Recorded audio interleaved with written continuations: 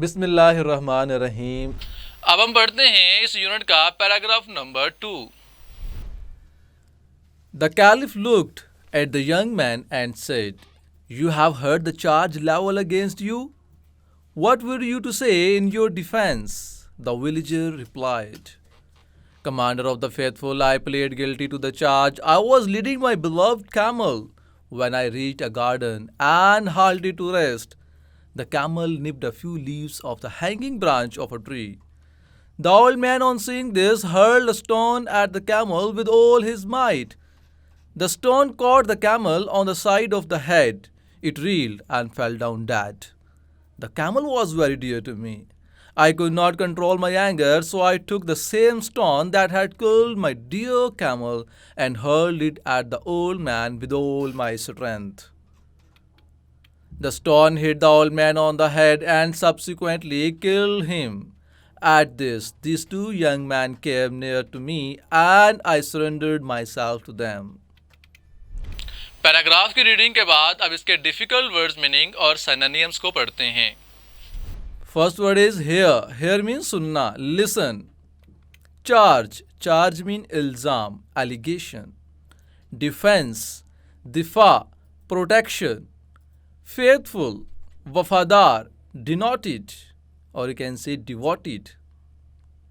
Halt. Halt means rukna, stay. Nip. Nip means काटना, cut, or you can say bite. Hurl. Hurl means जोर से मारना, fling. Reel. Reel means ढोलना या घूमना या चकराना, stagger. Subsequently, नतीजतन, resultantly.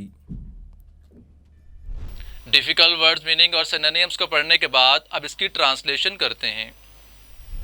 फर्स्ट लाइन है, the caliph looked at the old man and said, खलीफा ने इस नौजवान की तरफ देखा और कहा, यू हैव हर्ड, तुमने सुन लिया है, the charge level against you, अपने खिलाफ आयद किया गया इल्ज़ाम क्या तुमने सुन लिया है?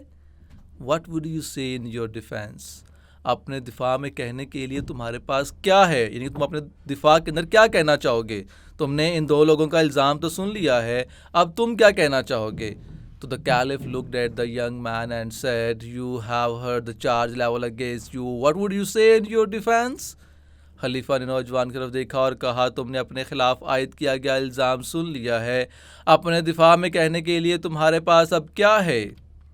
तो आगे से विलेजर के क्या कहा, द विलेजर रिप्लाइड, देहाती ने जवाब दिया, कमांडर ऑफ द फेथफुल, ए वफादारी के अमीर, ए अमीरुल मोमिनीन, I plead guilty to the charge, मैं इस जुर्म का इकरार करता हूँ।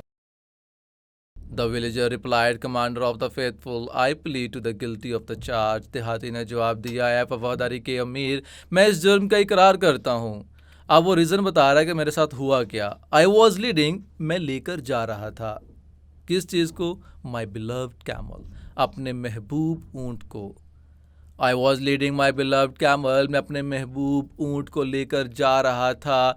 तो फिर क्या हुआ? When I reached a garden, जब मैं एक बाग में पहुंचा, एंड हाल्टेड टू रेस्ट, और आराम करने के लिए रुका। हाल्ट का मतलब होता है पड़ाव डालना, रुक जाना, रेस्ट करना। The camel nipped a few leaves, तो कहता मेरा जो ऊँट था ना, उस ऊँट ने चंद पत्ते तोड़ लिए, of the hanging branch of a tree, दरख्त की लटकती हुई शाख से। When I reached a garden and halted to rest, the camel nipped a few leaves of the hanging branch of a tree. जब मैं एक बाग में पहुंचा, आराम के लिए रुका, तो ऊँट ने दरख्तों की लटकती हुई शाहों से कुछ पत्ते तोड़ लिए। The old man on seeing this, ये देखकर उस बूढ़े आदमी ने, hurled a stone at the camel, ऊँट को जोर से एक पत्थर मारा, with all his might, अपनी पूरी ताकत के साथ। The old man on seeing this hurled a stone at the camel with all his might, ये देखकर बूढ़े आदमी ने पूरी ताकत से ऊँट को जोर से एक पत्थर मारा। The stone caught the camel, पत्थर ऊँट को जाकर लगा, on the side of the head, sir की एक तरफ, यानी कि वो पत्थर ऊँट के सर की एक तरफ लगा। The stone caught the camel on the side of the head, पत्थर ऊँट के सर की एक तरफ लगा। इट रील्ड, वो चकराया, एंड फेल डाउन डेड, और गिरकर मर गया। यानी कि जब उसको पत्थर लगा उस ऊँट को, तो वह चकराया और चकरा के गिरकर मर गया। It reeled and fell down dead, ये चक्कर खाकर गिरा और मर गया। फिर क्या हुआ? The camel was very dear to me. ऊंट मुझे बहुत ही अजीज था। I could not control my anger. मैं गुस्से पर काबू ना रख सका। So I took the same stone. इसलिए मैंने वही पत्थर लिया। That had killed my dear camel. जिसने मेरे महबूब ऊंट को मारा था। And hurled it at the old man with all my strength. और अपनी पूरी ताकत से उस बूढ़े आदमी की तरफ जोर से फेंका। The camel was very dear to me. I could not control my anger, so I took the same stone that had killed my dear camel and hurled it at the old man with all my strength. वो देहाती कहता है कि ऊँट मुझे बहुत ही अजीज था। मैं गुस्से पर काबू न रख सका, इसलिए मैंने वही पत्थर लिया जिसने मेरे ऊँट को मारा था और अपनी पूरी ताकत से उस बूढ़े आदमी की तरफ जोर से फेंका। The stone hit the old man on the dead. पत्थर बूढ़े आदमी के सर पर लगा। And subsequently killed him. और नतीजतन उसे कत्ल कर डाला। यानी कि अब उसने वो पत्थर उठा के उस बूढ़े को मारा तो बूढ़े को भी सर पे लगा और वो बूढ़ा भी वहीं पे मर गया। The stone hit the old man on the head and subsequently killed him. पत्थर बूढ़े आदमी के सर पर लगा और नतीजतन उसे कत्ल कर डाला। एट दिस, इस पर क्या हुआ? This two young man came to me. ये दो नौजवान मेरे पास आए। And I surrendered myself to them. और मैंने खुद को उनके हवाले कर दिया। अब पूरी लाइन को पढ़ते हैं। At this two young man came near to me and I surrendered myself to them. इस पर ये दोनों जवान मेरे पास आए और मैंने खुद को इनके हवाले कर दिया। ट्रांसलेशन को पढ़ने के बाद जो हमारा नेक्स्ट पार्ट आता है वो है सिंपल इंग्लिश का। सो हम सिंपल इंग्लिश पढ़ते हैं। पहली लाइन है the caliph looked at the young man and said, you have heard the charge levelled against you. What would you to say in your defence? तो सिंपल इंग्लिश है the caliph asked the young man to say something about his crime. He is allowed to say anything for justification of his crime. Next line है the villager replied, Commander of the faithful, I plead guilty to the charge.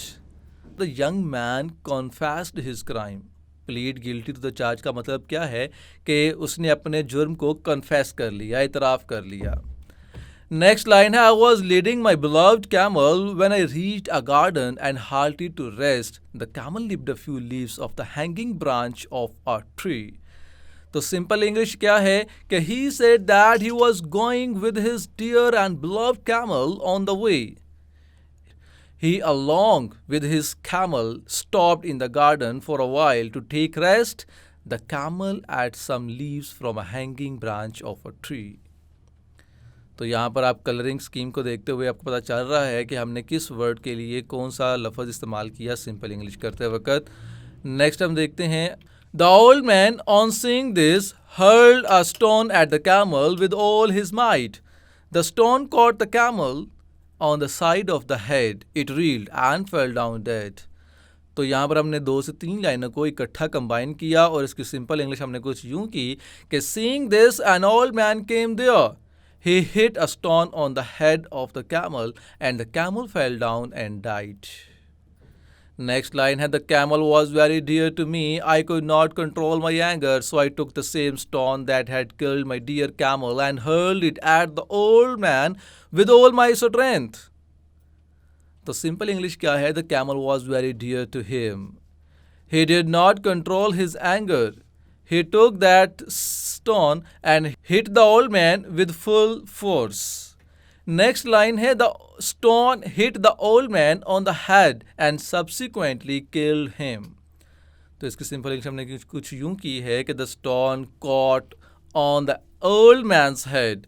In a result, the old man died at the spot. Subsequently means in a result, नतीजतन, नतीजे के तौर पर। और last line है कि at this, these two young men came to me and I surrendered myself to them. तो simple English है he said that he surrendered himself to the sons of the old man. 2 young man से कौन मुराद है? Sons of the old man, जो कि मारा गया था बूढ़ा, उसके 2 बेटे। सो डियर स्टूडेंट्स, यहाँ पर हमारा पैराग्राफ नंबर 2 भी मुकम्मल होता है।